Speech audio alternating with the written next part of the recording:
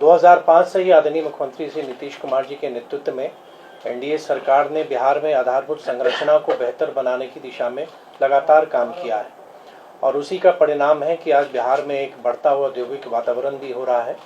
और भारत सरकार में आदरणीय प्रधानमंत्री श्री नरेंद्र मोदी जी के नेतृत्व में बिहार को जो मदद चाहिए, जैसे आपने अभी जानकारी आपको प्राप्त हुई कि एक बहुत बड़ा इंडस्ट्रियल कॉरिडोर हमको मिल रहा है, तो आदरणीय प्रधानमंत्री जी के द्वारा भी लगातार बिहार के लिए जिन भी प्रस्तावों को हम लोग भेज रहे हैं विभिन्न मंत्रालयों द्वारा उसकी स्वीकृति हमें प्राप्त हो रही है। अभी आपको जैसे कुछ जानकारियां मिली हैं, जैसे बियाडा जो बिहार में औद्योगिक इकाइयों की स्थापना, जहां ज़मीन बियाडा आवंटित करती है, पूरी ऑनलाइन प्रक्रिया है। तो हमारे यहाँ लगभग 84 इंडस्ट्रियल एरिया हैं जो 9 क्लस्टर में बटे हुए हैं। मंत्रिपरिषद ने ही 7 अगस्त को एक निर्णय की स्वीकृति प्रदान की है, जिसमें क्योंकि हमारा जो लैंड बैंक है उसकी संख्या कम होती जा रही है, लगभग 1800 एकड़ ही हमारे पास अब शेष रह जाते हैं। तो आवश्यकता है कि समय के अनुसार हम अपने औद्योगिक क्षेत्र का हम विस्तार करें। तो आने वाले समय में बिहार के विभिन्न हिस्सों में, जैसा अभी एमडी बियाडा ने भी आपको बताया कि 7 जिले हमारे ऐसे थे जहां पर आज तक इंडस्ट्रियल एरिया बना ही नहीं, तो वहां पे इंडस्ट्रियल एरिया की स्थापना के साथ साथ जो हमारी इंडस्ट्रियल एरिया पूर्व से कार्यरत है, जहां ज़मीन की आवश्यकता है, वहां पर हम लोग ज़मीन अपने लैंड बैंक को बढ़ाने की भी कार्रवाई हम करने जा रहे हैं।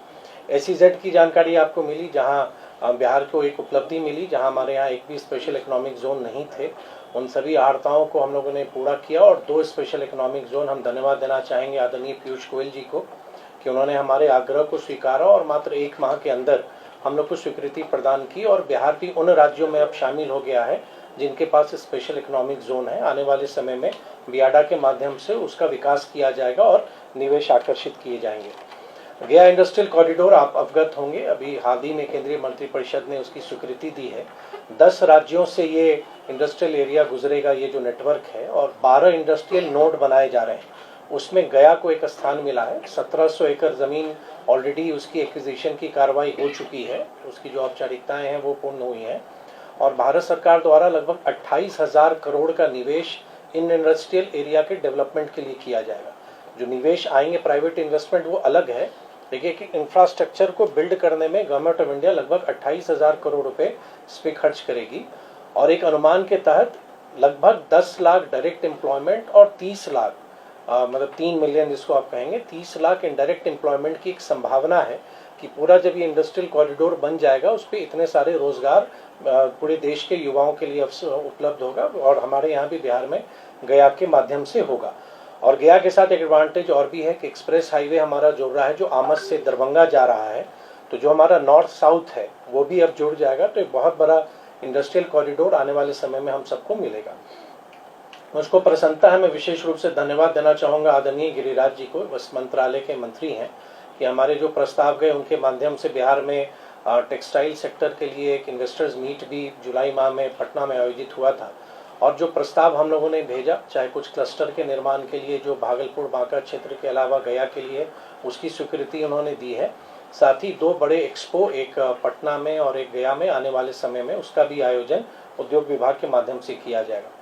अभी गया में आदरणीय जीतन राम मांझी जी, जो स्मॉल एंड मीडियम एंटरप्राइजेस के माननीय मंत्री हैं, उनका एक कार्यक्रम हम लोगों ने आयोजित किया था, जिसमें प्रधानमंत्री रोजगार योजना के लाभार्थियों को हम लोगों ने लाभ दिया। और बिहार के हर एक जिले में इस तरह का आयोजन किया गया था। और उन्होंने उस दिन घोषणा भी की और मुझको बताते हुए प्रसन्नता भी है कि उद्योग विभाग के माध्यम से एक टेक्नोलॉजी सेंटर की स्थापना की स्वीकृति उद्योग विभाग ने दी है, जो आने वाले समय में गया में उसकी स्थापना होगी। जो हमारी जो इकाइयाँ आएंगी उनके लिए एक बहुत बड़ा टेक्निकल सपोर्ट का वो केंद्र बनेगा। और भारत सरकार को हम लोगों ने आग्रह भी किया है कि कुछ एक्सटेंशन सेंटर्स भी वैसे मिले जो बिहार के विभिन्न हिस्सों में हम लोग स्थापित कर सकें। मुझे आशा है कि शीघ्र भी उसकी स्वीकृति हम सबको प्राप्त होगी। मैं आदरणीय हरदीप पुरी जी से मिला था, जो पेट्रोलियम मंत्री हैं, और हमने आग्रह किया कि कंप्रेस्ड बायोगैस, जिसे CBG कहते हैं, बिहार में बहुत संभावना है। तो उन्होंने आदरणीय मुख्यमंत्री जी को पत्र लिखा भी है कि बिहार सरकार जहां ज़मीन उपलब्ध कराएगी वहां पे जो ऑयल एंड मार्केटिंग कंपनीज हैं उनके माध्यम से कंप्रेस्ड बायोगैस की इकाइयाँ स्थापित होंगी। तो अब हम लोग लैंड को आइडेंटिफाई कर रहे हैं कि कहाँ पे ज़मीन हो सकती है जहाँ पे ये ऑयल कंपनीज आने वाले समय में कंप्रेस्ड बायोगैस की यूनिट्स को स्टैब्लिश करेंगी। जैसा आपको बताया गया कि हम लोग उद्यमिता पर बहुत जोर दे रहे हैं और उसके लिए विभिन्न योजनाएं संचालित हो रही हैं। उसी में हम लोगों ने तय किया कि बिहार में जो 101 अनुमंडल हैं, क्योंकि हमारे यहाँ उद्यमिता का कल्चर नहीं है। मतलब ज़्यादातर लोग फर्स्ट जनरेशन में लोग आगे आ रहे हैं और विभिन्न श्रेणियों में लोग अपने एंटरप्राइज को स्टैब्लिश करना चाह रहे हैं। तो उनकी सहायता के लिए हम लोग बिहार के सभी अनुमंडल में एक उद्यमिता विकास केंद्र की स्थापना हम लोग करने जा रहे हैं और अधिकांश जिलों से प्रस्ताव प्राप्त भी हो गया है, जो आने वाले समय में हमारे सभी उद्यमियों को एक वहाँ पे गाइडेंस के लिए या एक मेंटोरशिप के लिए वो एक केंद्र हो जाएगा कि उनको अपने नज़दीक में ही, अपने अनुमंडल मुख्यालय में ही किसी न किसी कॉलेज से वो जुड़े हुए रहेंगे, जो उनको एक तरह से उनको एक सहायता उपलब्ध कराएगी। तो आने वाले समय में ये सेंटर्स हमारे जब फंक्शनल हो जाएंगे तो हमारे जितने भी उद्यमी जो छोटे छोटे एंटरप्राइजेस को इस्टेब्लिश कर रहे हैं तो उनको ये बहुत बड़ी मदद इन केंद्रों के माध्यम से मिलेगी। मुझको आपको बताते हुए प्रसन्नता है कि बिहार में जहाँ 1000 करोड़ के आसपास की निवेश नहीं आया करते थे सिंगल इन्वेस्टमेंट, विगत 2 माह में 2 बड़े निवेश हमें प्राप्त हुए हैं जो 1000 करोड़ से अधिक के हैं।